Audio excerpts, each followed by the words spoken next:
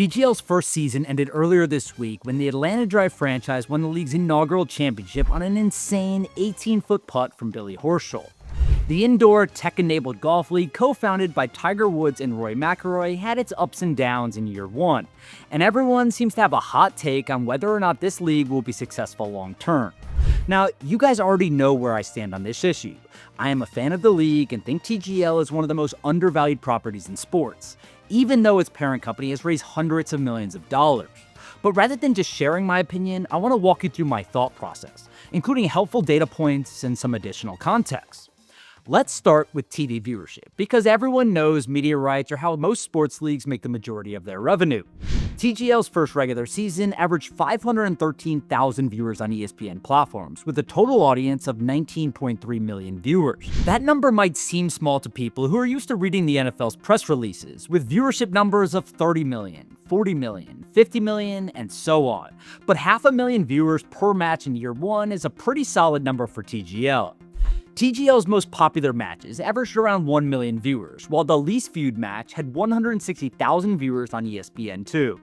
There is obviously a pretty wide gap between those two numbers, but that's why providing additional context is so important. Here's what I mean.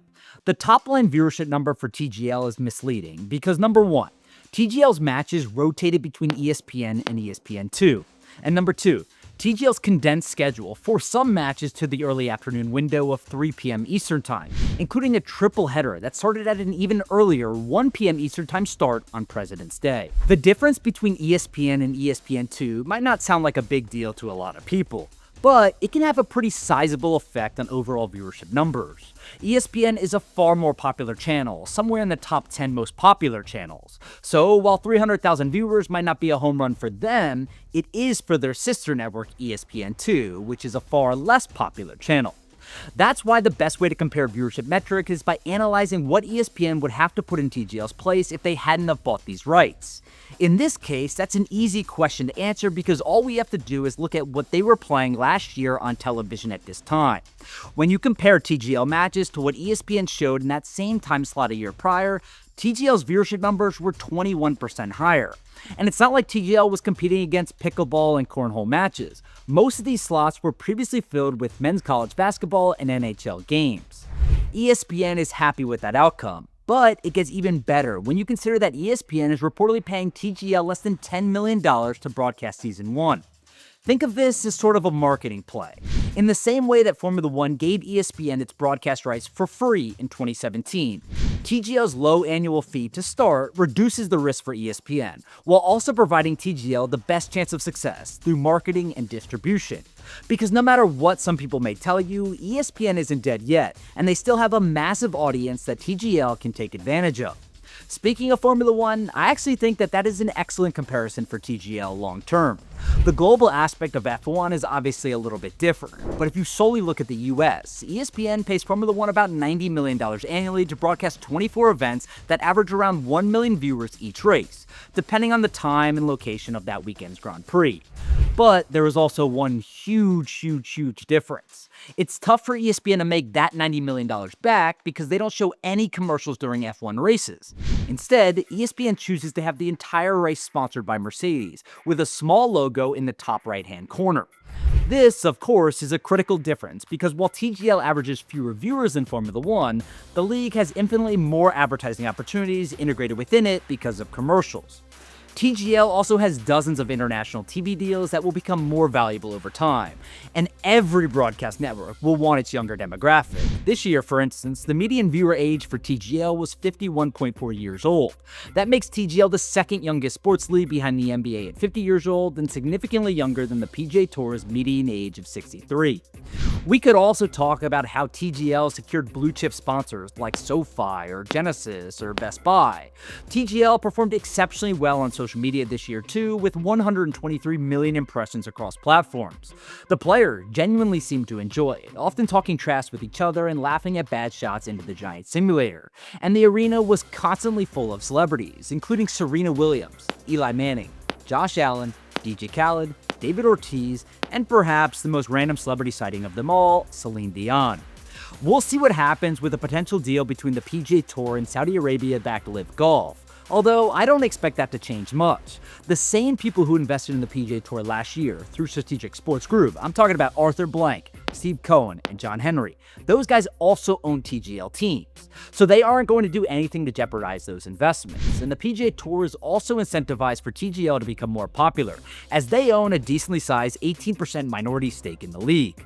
Over the last several months, you've probably heard many big brain theories about whether TGL is a fantastic or equally horrible product. I'll admit there are a few things the league needs to improve on, like establishing a more consistent schedule for viewers to tune into. But at the end of the day, TGL will be successful for a much simpler reason than you might think. Golf is one of the only sports in the world that has become tremendously more popular at the amateur level without that increase in popularity translating to the professional level. You could also argue that the biggest stars in golf right now are on YouTube versus the PGA Tour or Live Golf, besides Bryson DeChambeau and his 1.8 million subscribers. Many people will say that this is because the multi-year fight between the PGA Tour and Live Golf has harmed the sport, and I agree that that has definitely played a role. However, the real reason goes much deeper. The reality is that professional golf is just not a great TV product, especially in the 21st century. Tiger Woods was able to mask many of these problems because he was unlike anything we had ever seen. But when you boil it down to the basics, the PGA Tour's television ratings are down for a reason. Think about it this way. A golf tournament is a 4-day commitment for viewers. The most popular golfers don't play in every tournament. And if they do play in a tournament, they may not even make the cut. The average round of golf on the PGA Tour takes over 4 hours to complete. And even if you commit your entire weekend to watching a tournament, the TV broadcast typically only shows about 14 minutes of golf shots each hour. The remaining 75% of the broadcast is filled with commercials, commentary, and visuals. Again, it's not the most ideal TV product. In fact, every other sports league is now changing its rules to shorten games. The data clearly shows that anything under 2 hours is the sweet spot, but the PGA Tour can only do so much. Golf is an outdoor game that inherently takes a lot of time to play. Add in the fact that millions of dollars are at risk every tournament and players don't have any incentive to rush shots. But this is where the TGL has an advantage. It's a different kind of golf, sure, but it's still golf.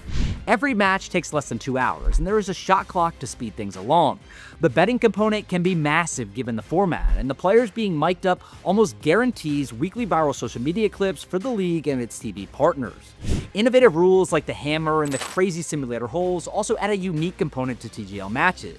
And I don't know about you, but I love the pro wrestling style walkouts for players. Tiger Woods entering the arena to Eye of the Tiger will never not be awesome. I say all this to make the point that TGL was specifically built for television. It's not going to replace the PGA Tour, but the PGA Tour took equity in the league because they know how massive the potential is. Live Golf has already spent over $1 billion on player contracts and tournament expenses, yet TGL averaged around 5 times more viewers in year 1, at a fraction of the upfront investment. It'll be fun to see how TGL evolves over time. Atlanta Drive owner Arthur Blank dropped a few hints at what could be next for the league's future during a recent interview. You're an entrepreneurial visionary. What do you think the potential is for TGL as we move forward? Well, I think it's really unlimited. I know that's a very big word, but the reality is that the league will continue to expand. There'll be other teams added to it over time. There'll probably other formats. Potentially there'll be gals involved, which will be great for the game, as female golfers are playing more and more on course and off course. So to me, it's really unlimited. And I think for the first year, it's been a great success. Now, there's still a lot of work to be done, but starting a new sports league is hard. Again, just ask Live Golf how tough things have been for them. The good news is, though, that TGL has proven there is demand for their product. Now, they just need to focus on growing the audience. And with Tiger Woods and Rory McIlroy leading the charge, I'd say anything is possible.